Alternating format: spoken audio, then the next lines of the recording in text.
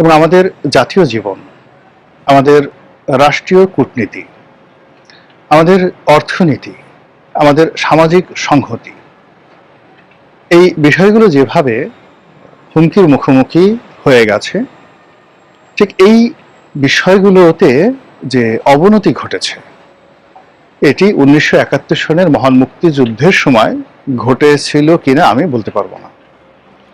যারা মুক্তিযুদ্ধের সময় সমাজচিন্তক ছিলেন, রাষ্ট্রবিজ্ঞানী ছিলেন, রাজনৈতিক বিশ্লেষক ছিলেন, তারা এই বিষয়গুলো এখনকার সময়ের সঙ্গে মিলিয়ে যদি বিশ্লেষণ করেন, তাহলে হয়তো এটা আমার চাইতে তাদের সেই মূল্যায়ন অনেকাংশে নিরপেক্ষ হবে, বস্তুনিষ্ঠ হবে এবং বাস্তবভিত্তিক হবে।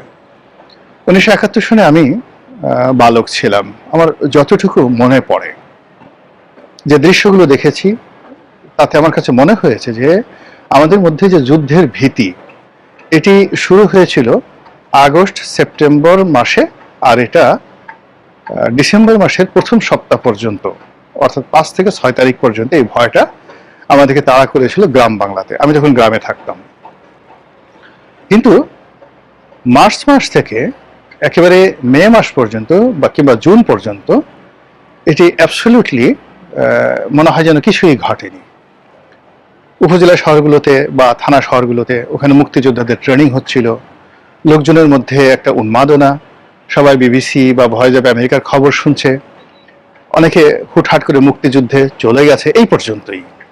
কিন্তু পাকিস্তান আর্মির যে ভয়, হানাদারদের ভয়, রাজাকার আলবদরদের যে অত্যাচার, এটি আসলে বর্ষাকাল পর্যন্ত ছিল না। আপনারা জানেন যে আমাদের দেশে যে বৈশাখ জ্যৈষ্ঠ মাস প্রচণ্ড দাবদাহ থাকে, আষাঢ় শ্রাবণ ভাদ্র এই 3টি মাস দেশের বেশিরভাগ অঞ্চল এখন নয়, ঠিক 1971 সনে সেই পানিতে প্লাবিত থাকত এবং মানুষ খাদ্যের যোগান, বর্ষাকে মোকাবেলা, ফসল ঘরে তোলা, গৃহপালিত গবাদি পশু নিয়ে এতটা ব্যস্ত যে যুদ্ধ নিয়ে চিন্তা করার সময় তাদের থাকতো না, জীবন যুদ্ধই তাদের কাছে গুরুত্বপূর্ণ হয়ে যেত। অন্যদিকে এই আবহমান বাংলার বর্ষাকে জমের মতো ভয় পেত হানাদার বাহিনী হাজার বছর ধরে।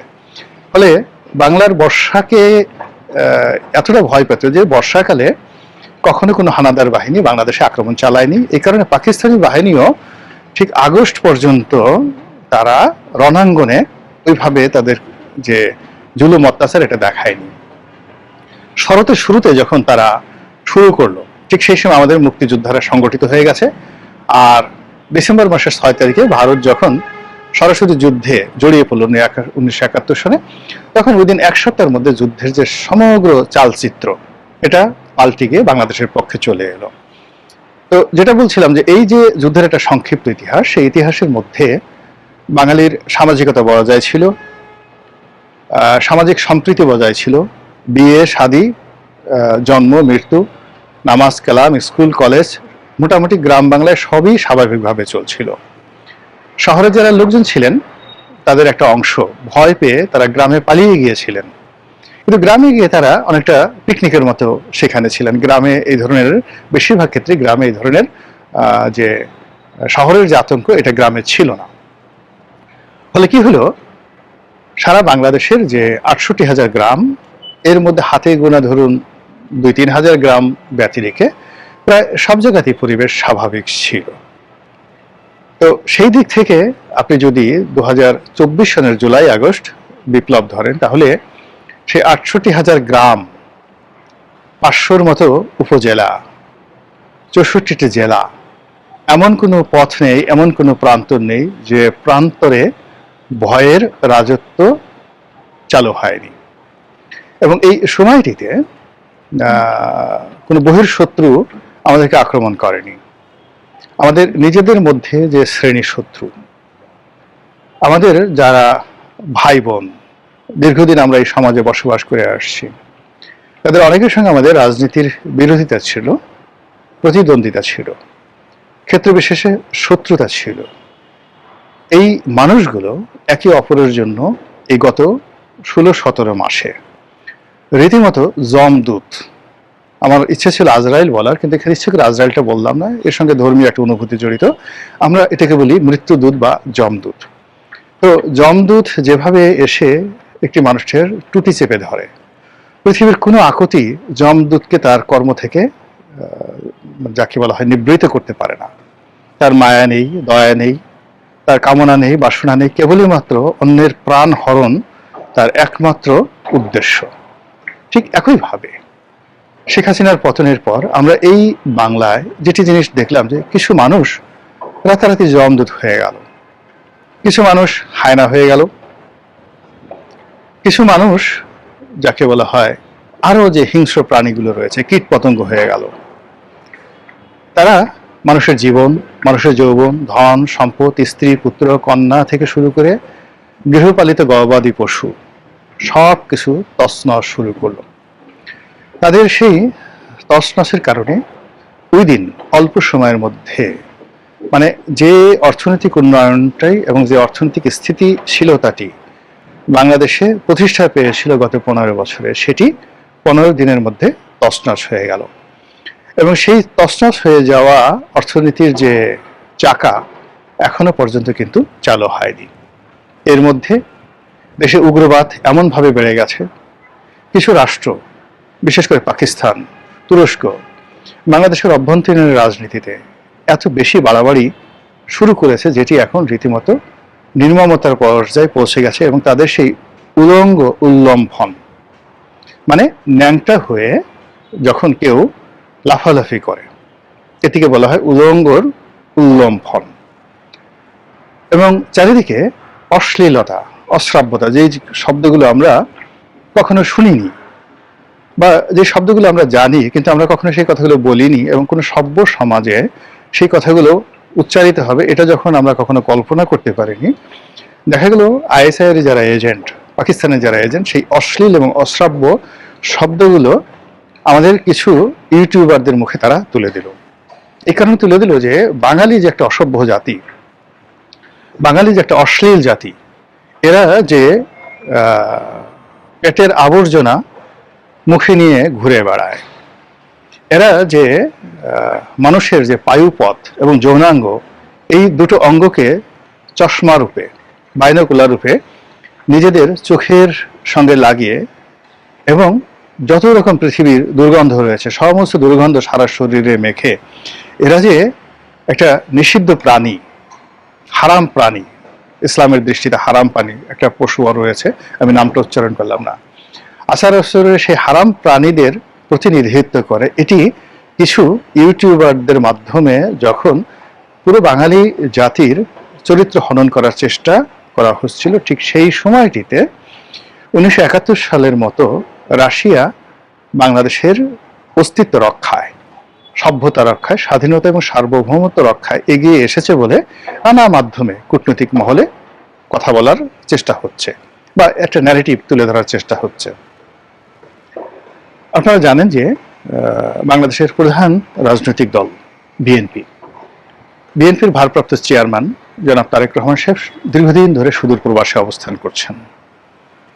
তো তিনি প্রবাসী থেকে তার দল পরিচালনা করতে গিয়ে নানা রকম বাধার সম্মুখীন হচ্ছেন এবং এটা হয় না, রাজনীতি একটা প্র্যাকটিক্যাল বিষয়। এখানে সরাসরি মাঠে উপস্থিত না থাকলে আসলে রাজনীতির যে পরিপূর্ণ নিয়ন্ত্রণ কখনোই কোনো নেতার হাতে থাকে না।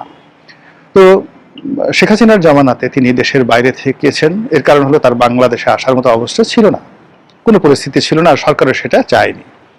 কিন্তু যখন একটা পট পরিবর্তন হলো তখন এই বৃহত্তম রাজনৈতিক দলটিকে আগুলসালো করার জন্য, এটিকে ব্যাকফুটেজে পাঠিয়ে দেওয়ার জন্য যে চেষ্টা এবং তদবির হচ্ছিল এবং যে রাজনৈতিক শূন্যতা তৈরি করে একটি অরাজকতার পরিস্থিতির মাধ্যমে যারা 71-এ পরাজিত শক্তি তারা যেভাবে সংগঠিত হওয়ার চেষ্টা করছিল, আবার যেভাবে পাকিস্তানের সঙ্গে অন্তর্ভুক্তি করা, অন্ততপক্ষে সাংস্কৃতিকভাবে, রাজনীতির যে ধর্মতত্ত্ব সেইভাবে, কিংবা বাংলাদেশে একটি ইসলামী রাষ্ট্র কায়েম করার ব্যাপারে, একটি এমিরেটস কায়েম করার ব্যাপারে, একটি খিলাফত কায়েম করার ব্যাপারে যেভাবে তৎপরতা চলে আসছিল, এটি সভ্যতার জন্য, গণতন্ত্রের জন্য, স্বাধীনতার জন্য, সার্বভৌমত্বের জন্য রীতিমতো একটি হুমকি স্বরূপ।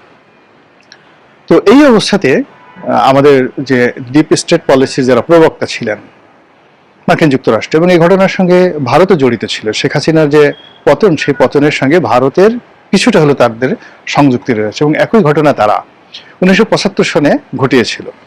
এর কারণ হলো আপনি দেখেন অনেক সময় নিজের ঘরের সন্তান বা নিজের পেটের সন্তান, অরুর যার সন্তান, পিতামাতার জন্য ভয়ঙ্কর হয়ে ওঠে। তখন সেই সন্তানকে শিক্ষা দেওয়ার জন্য পিতামাতা যে শাস্তিমূলক ব্যবস্থা নেয়, বা তাকে বোঝানোর জন্য যে তুমি যে কাজটি করছো সেটি ঠিক নয়। আওয়ামী লীগের 2021 সন থেকে আওয়ামী লীগের যে আচরণ, অনেক আচরণ ভারতের পছন্দ হচ্ছিল না। শেখ হাসিনা নিজের পায়ে দাঁড়াতে চেষ্টা করছিলেন, তিনি ভারতের কর্তৃত্ব থেকে বের হওয়ার চেষ্টা করছিলেন। তিনি চীনের সঙ্গে একটি বন্ধুত্ব সম্পর্ক, আমেরিকার সঙ্গে একটি কূটনৈতিক সম্পর্ক স্থাপনের চেষ্টা চালিয়ে যাচ্ছেন। এটি ভারত কোনো অবস্থাতে মেনে নেয়নি। ভারত এখানে একেবারে পরিপূর্ণভাবে 100% দাসত্ব তারা কামনা করছিল, যেটি শেখ হাসিনা আসলে নিতে পারেননি। এর ফলে যেটা হলো, শেখ হাসিনাকে একটা শিক্ষা দেওয়ার দরকার ছিল। ফলে কি হলো, ভারতের যে অন্তর্নিহিত বেদনা, মার্কিন যুক্তরাষ্ট্রের ক্ষোভ, আমাদের দেশে আওয়ামী লীগের যে সকল অপশাসন ছিল, কুশাসন ছিল, ছাত্রলীগ যুবলীগ নিয়ে, আওয়ামী লীগ নিয়ে যে অভিযোগ ছিল সমাজে, সব মিলিয়ে যখন একটা বিপ্লব, বিদ্রোহ, গণ অভ্যুত্থান ঘটার একটা পরিবেশ পরিস্থিতি হলো, ঠিক সেই সময়টাতেই জুলাই আগস্ট বিপ্লব সংগঠিত হয়ে গেল। এটিকে এখন অনেকে বিপ্লব বলছেন না, গণ অভ্যুত্থান বলছেন। সেটি সংগঠিত হয়ে গেল। তো সেটি সংগঠিত হওয়ার পরে মানুষের যে আশা ছিল, আকাঙ্ক্ষা ছিল গণতন্ত্রায়নের, মানুষের যে আশা ছিল রাজনীতি, বাক স্বাধীনতা এবং অর্থনৈতিক মুক্তির ব্যাপারে, মানুষের যে আশা ছিল একটি বৈষম্যহীন সরকার গঠন, একটি বৈষম্যহীন সমাজ গঠন, একটি বৈষম্যহীন রাষ্ট্র গঠন, পুরো জিনিসটি অবস্থা এমন হলো, প্রথম দিকে বলা হতো যে যেই লাউ সেই কোদা, অর্থাৎ জুলাই আগস্ট যে অভ্যুত্থানের 1 মাসের মাথায় মানুষের স্বপ্ন ভঙ্গ হয়, এবং যারা বিপ্লবের নায়ক, গণ অভ্যুত্থানের নায়ক, তাদের কর্মকাণ্ড, কথাবার্তা, আচার আচরণ সবকিছু দেখে মানুষ বলা বলি করার চেষ্টা করলো, প্রথমে যেই লাউ সেই কদু, অর্থাৎ আগে যা ছিল তাই তো আছে। পরবর্তী মাসে বলা শুরু হলো আগেই ভালো ছিলাম, এখন যা আছে তার সাথে আগেই ভালো ছিলাম। আর ঠিক 2025 সনের জুন জুলাইতে এসে মানুষ বলা শুরু করলো যে খুব দ্রুত এদের হাত থেকে মুক্তি পাওয়া দরকার, একটা রাজনীতির সমাধান দরকার, এবং একটি রাজনীতি ছাড়া আসলে জনগণের মুক্তি সম্ভব না। এই জন্য যে মানুষগুলো আওয়ামী লীগকে পছন্দ করছে না, তারাও মনে করলো যে একটা রাজনীতির ইনক্লুসিভনেস দরকার, আওয়ামী লীগের একটা রিকনসিলিয়েশন দরকার। আওয়ামী লীগ, বিএনপি, জামাত, জাতীয় পার্টি যে রাজনৈতিক দলগুলো রয়েছে, তাদের মধ্যে একটি সমঝোতা দরকার, এবং সকল পক্ষের অংশগ্রহণ করা ছাড়া যে রাজনৈতিক মুক্তি মিলবে না, জাতীয় মুক্তি মিলবে না, এবং ভালো কোনো ফলাফল আসবে না, এটি মোটামুটি সমস্ত মানুষ বুঝে গেছে। তো যখন জনগণ মুখ ফিরিয়ে নিয়েছে, ঠিক সেই সময়টিতে যারা এই ডিপ স্টেট পলিসির জনক, কিংবা ধরুন যারা এই আইএসআই এর এজেন্ট, পাকিস্তানের এজেন্ট, তারা অনেকটা বেপরোয়া হয়ে পড়লো। তারা যে কোনো মূল্যে একটা বিপ্লবী সরকার করতে হবে, যে কোনো মূল্যে আরো অরাজকতা করতে হবে, যে কোনো মূল্যে নতুন নতুন সমস্যা তৈরি করতে হবে, এই বিষয়গুলি নিয়ে যখন একটা ভাইব তৈরি করার চেষ্টা করছে, ঠিক সেই সময়টিতে হঠাৎ করে বিএনপির যে চেয়ারপারসন জনাব তারেক রহমান, তার যে বাংলাদেশে আগমন, এই বাংলাদেশে আগমন সমস্ত মানুষের চিন্তা চেতনাকে অনেকটা উল্টে দিয়েছে। এবং তার আসার পেছনে জনাব ভ্লাদিমির পুতিন কিংবা রাশিয়ার যে কূটনৈতিক মহল, তাদের একটা গ্রিন সিগন্যাল আছে, অনেকে বলছে ভারতের একটা গ্রিন সিগন্যাল আছে, এবং তারা তাকে প্রোটেকশন দিয়ে, নিশ্চয়তা দিয়ে বাংলাদেশে পাঠিয়েছে, যাতে করে একটা রাজনীতির সমতা হয়। এটি নিয়ে বিভিন্ন পক্ষ বিপক্ষ নানা রকম সমালোচনা করার চেষ্টা করছেন, কিন্তু আমি মনে করি ব্যক্তিগতভাবে যে যা কিছুই হোক না কেন, একটা গণতন্ত্র আসুক। এদেশের যারা বাসিন্দা, আমরা সবাই মিলেমিশে থাকি, আমাদের দেশটি উন্নয়নের যে ধারাবাহিকতা শুরু করেছিল, সেই ধারাবাহিকতাটা বজায় থাকুক, এবং আমরা যে যার অবস্থানে ভালো থাকি। মহান আল্লাহ রাব্বুল আলামিন আমাদের সবাইকে হেদায়েত দান করুন এবং হেফাজত করুন। আসসালামু আলাইকুম ওয়া রাহমাতুল্লাহি ওয়া বারাকাতুহু।